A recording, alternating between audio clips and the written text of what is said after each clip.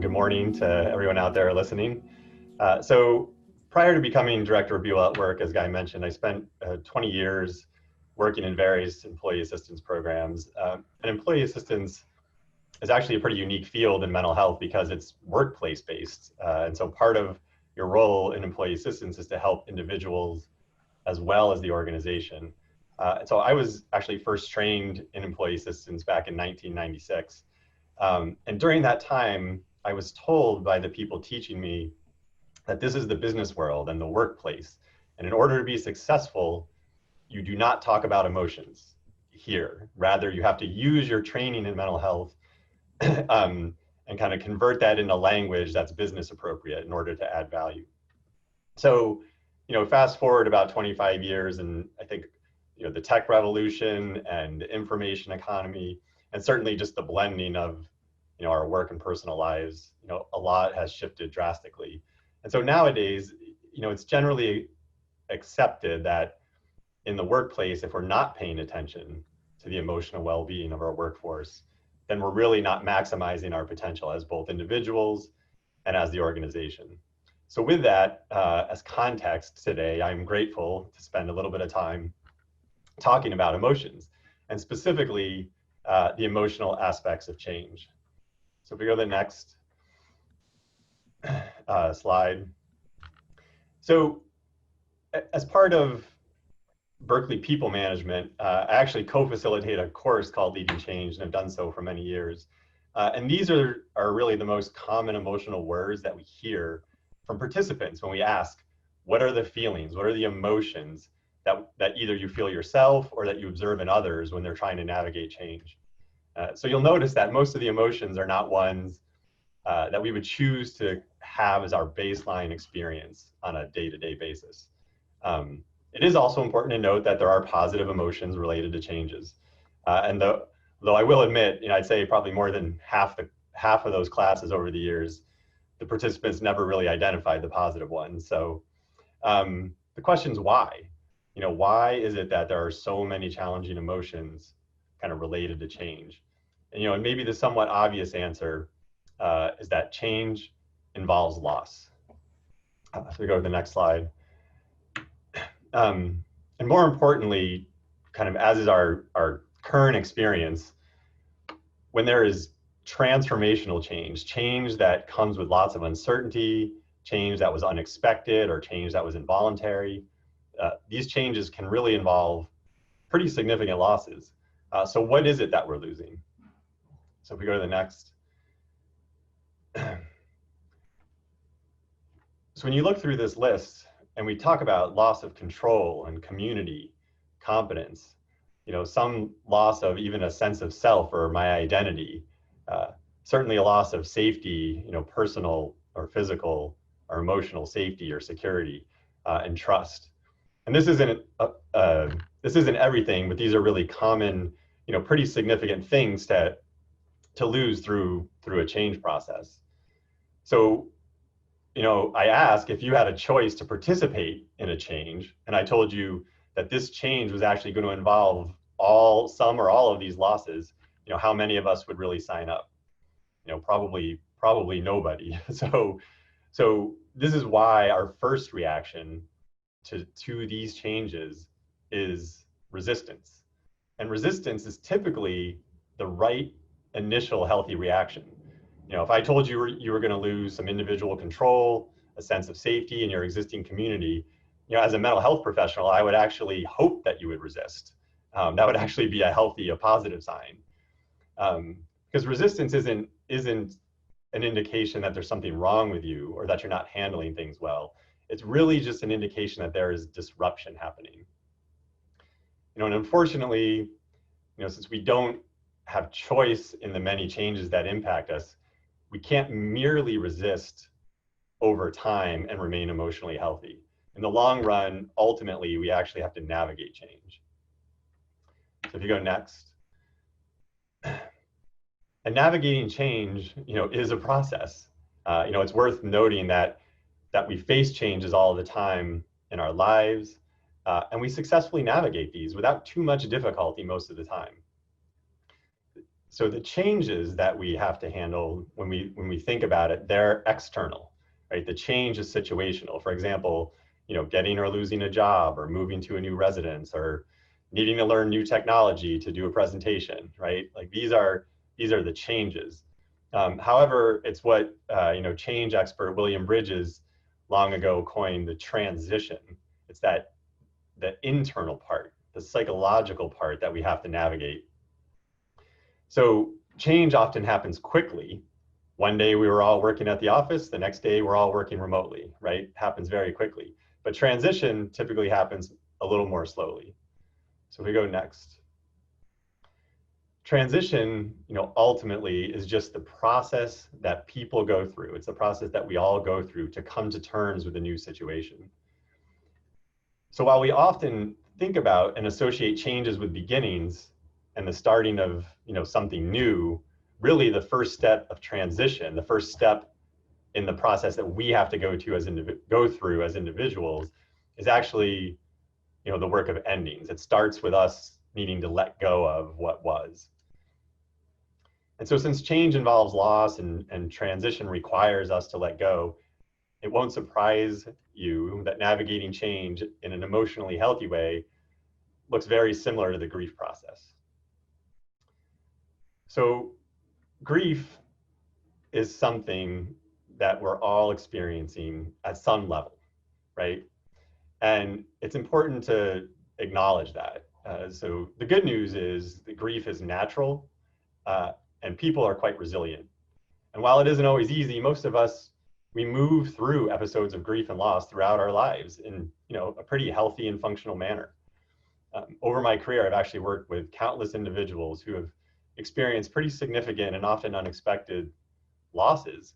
And I've learned there's really only one rule when it comes to grief, and that is that you have to do it.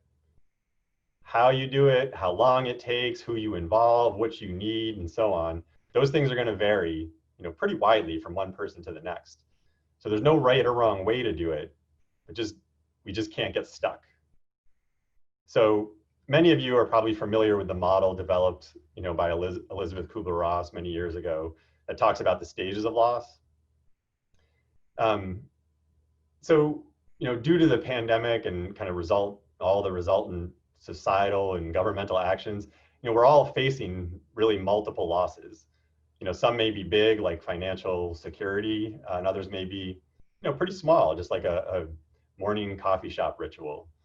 And certainly some are pretty shared, and I think of really the lack of physical touch and physical closeness to one another as human beings that is a pretty collective loss that we're all navigating. And certainly everybody probably has a lot of their own individual losses based on your own circumstances. So there's a lot going on, and that's a lot to handle all at once. So these stages, while it may be helpful to understand some of these exist when we go through grief and loss, what's really more important to remember is that our thoughts and our emotions, and it's not linear. How we follow or how we navigate grief and loss, particularly multiple losses, it doesn't follow a sequential timeline. So you're likely to go back and forth between your emotions, between your thoughts on how we're doing. So, during times of loss and uncertainty, it's really the acceptance part, right? It's getting to acceptance that allows us to reestablish some of that control that we lost. We feel like we have some agency in what we're doing. And there's likely to be literally kind of hundreds of little acceptances that we reach, as we navigate all the changes and the losses. So, I think about all the virtual graduations that have happened online, or people, wearing masks in public. I mean, these are kind of symbolic of acceptances that have been reached and behaviors that have adjusted accordingly. We've kind of moved through some of that resistance, that early resistance. So we go to the next slide. The other thing in terms of just grieving specific losses, things that have already happened, it remains that when there's uncertainty, leads many of us to kind of also experience what we call anticipatory grief. And that's that feeling that's connected to kind of what we imagine the future holds.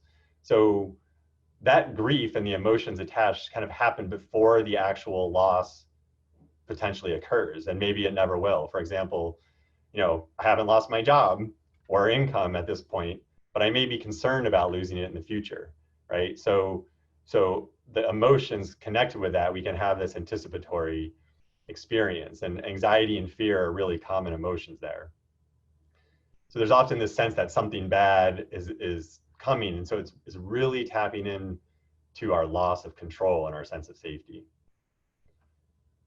So if we go to the next slide, there's a few key points that I want to highlight about loss, and kind of as we move through grief.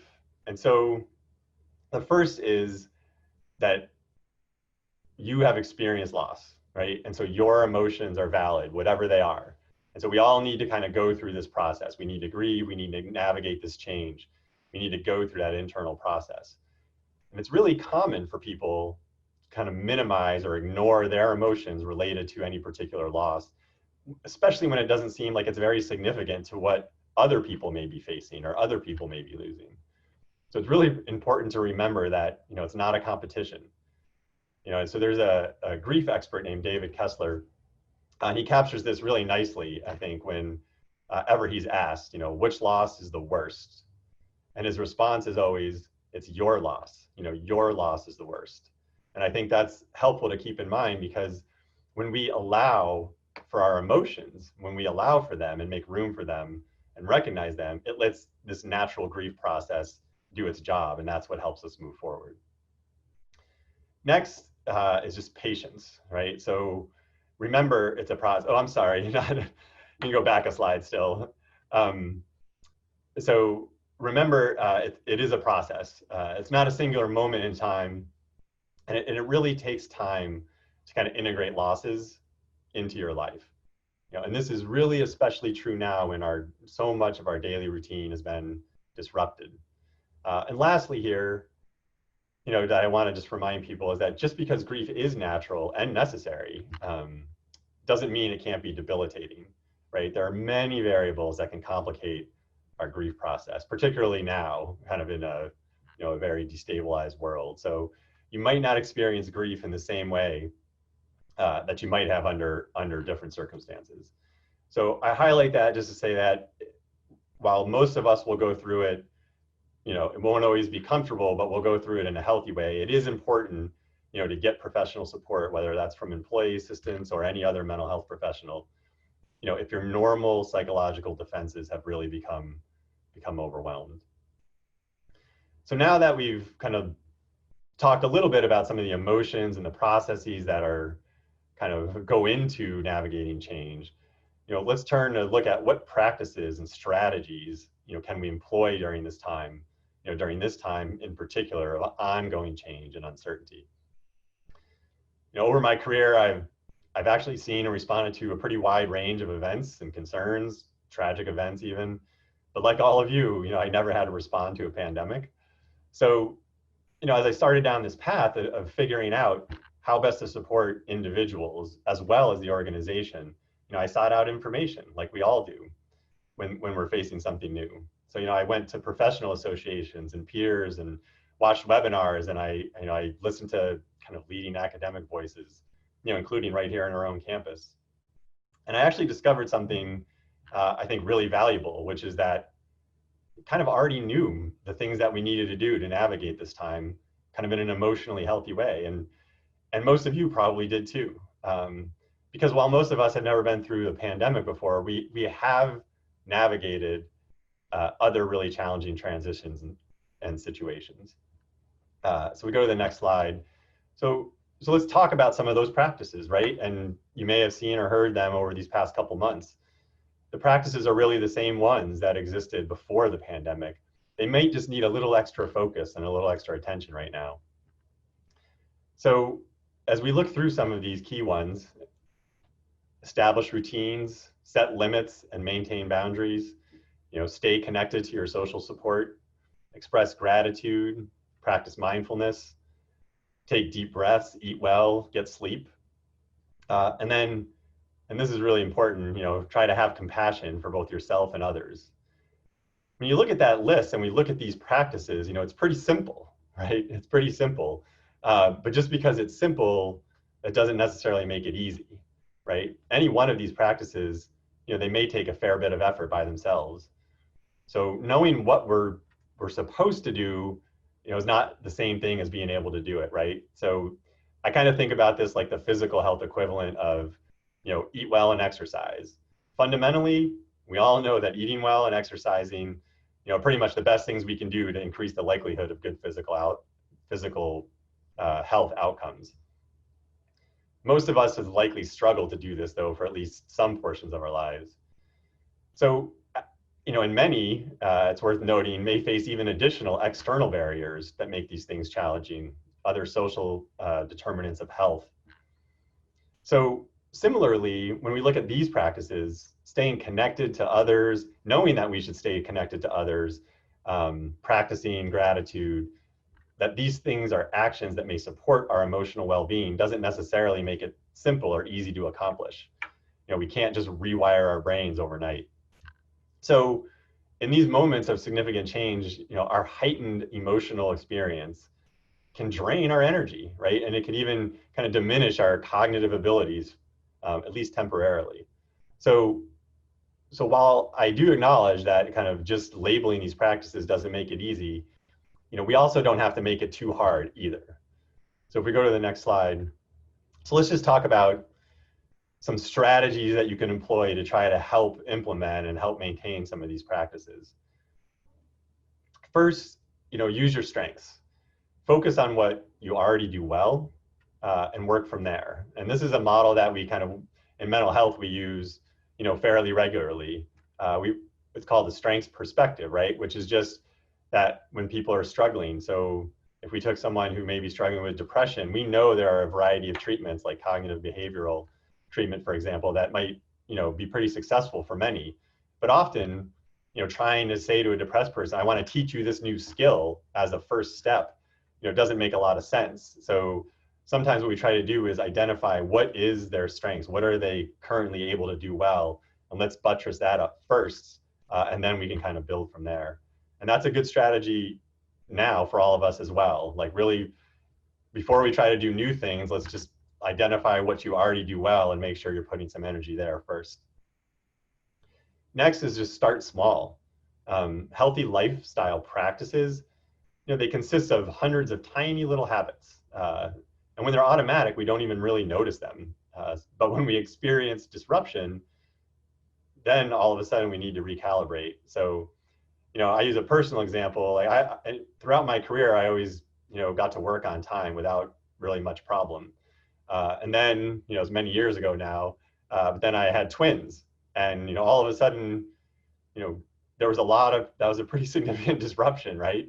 And all of a sudden my morning routines and my stress and even the quality of my emotional experience had turned pretty negative. And I was no longer like really able to get to work on time on many, many days. And so when I took a step back, it was really little things, right? Just putting my keys in the same place, getting my food the night before, and a few other things. It wasn't a lot, but just a few key little things made a big difference, right? And sometimes that's all it takes, is just a few little things. So start small. Next is just build on our successes. When it comes to kind of maintaining our well-being, we like to say it's not that practice makes perfect, rather that it's practices makes perfect. So pick one thing, incorporate it if you can successfully do it, and then add more practices from there. And it's the sum total of these practices that really kind of comprises what our routines are. Next is, we really need to change our expectations, and I put, potentially lower depending on kind of how you think about things, but we just can't function in the same way we used to before. So it's important to let go of kind of previously held constructs of what we expect from ourselves and others, at least temporarily, right? And that's the important thing to keep in mind. This is a temporary state.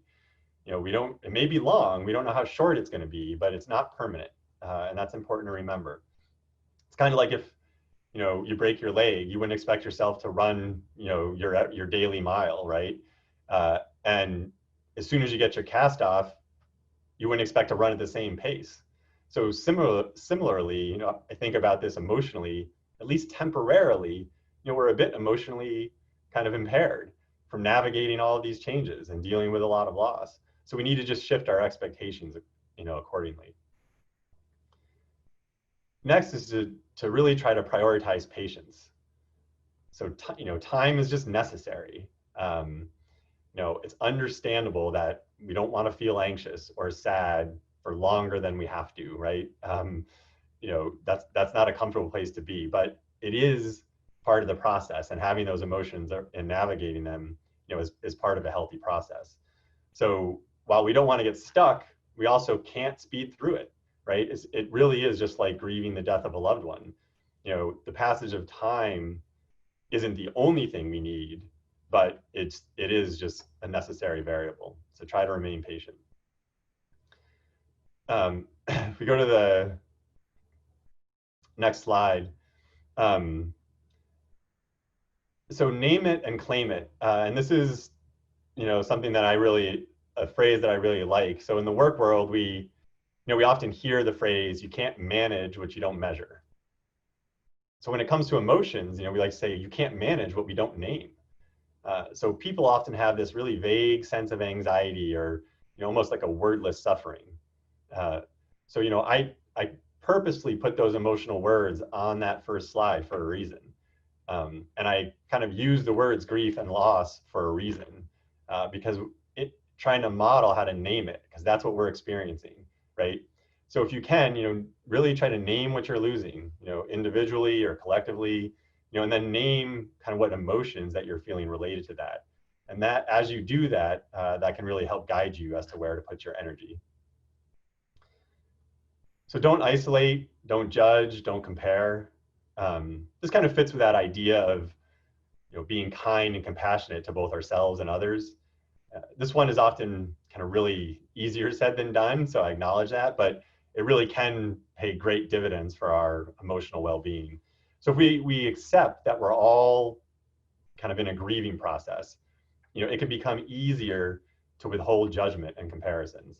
And it really can also foster more willingness on our own part to stay connected to others, even if we're feeling pretty vulnerable.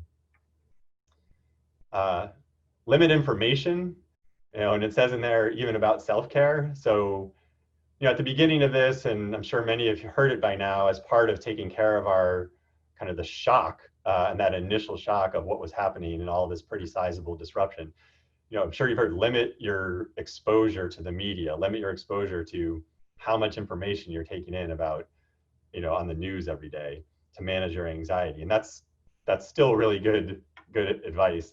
What I found now as we've moved through this and people have, you know, are bargaining more and gaining more acceptance in certain places, but they're still struggling with a lack of kind of identity and trust and understanding about what's happening, is that we also need to limit the information about just what we need to do to kind of be right, to be good as parents, good as employees, to be healthy. So obviously getting information is useful, but consuming, you know, hours of information a day about how to take care of ourselves, you know, isn't necessarily actually engaging in those practices. So, you know, again, just pay attention to, you know, the information doesn't change that much, as I stated earlier. So next is just getting back to the present. So come back to the present, or as my kids might say, you know, stop future tripping. So, you know, we're all going to think about what's ahead of us, what's the unknown, what are all the what ifs, right? It's just human nature, it's natural. And we should do that to a certain degree, but we also, doing that can also start to become pretty overwhelming emotionally. So, you know, while practicing mindfulness regularly is truly helpful, you know, most of us probably don't have an already established daily mindfulness practice. But what we can do is, if we're struggling with this, if we find ourselves or somebody else, is just start by saying to yourself, but that isn't what's happening right now, right? Just that phrase alone, but that isn't what's happening right now, and then try to refocus on the present. And then lastly, is just a model behavior. So we really look to each other, right, for cues about how to feel and how to act and what's, you know, quote unquote normal or accepted. So the more we can kind of name emotions and demonstrate small behaviors, the more comfortable others will be at doing it too. The more we can kind of listen and express calm, the more reassured we can feel. So we all kind of find validation and comfort in a shared experience. So if you go to the next slide. So I just want to finish with or close with the fact that we all have kind of lots of experience and skills in navigating change successfully throughout our lives. That said, at times the experience of loss and uncertainty, uncertainty can be, quite unnerving. We may have a harder time feeling comfortable about how to make decisions or just be in the world right now. And this really highlights the importance of recognizing that, our sphere of control is limited to just a few things. It's like our thoughts, our actions, our choices. And so when it comes to our energy, right, our mental and physical and emotional and spiritual energy, it's just really important to recognize, that we only have so much capacity at any given time. So every thought, every action, every choice that it contributes to either the depletion of our energy and or the replenishment of all of these forms of energy. So, I thank you all for joining this morning, and I hope, that you can take something from what I covered today to just help you manage your energy, function within your, ever-changing capacity, as we all try to just kind of maintain our emotional well-being kind of during these uncertain times.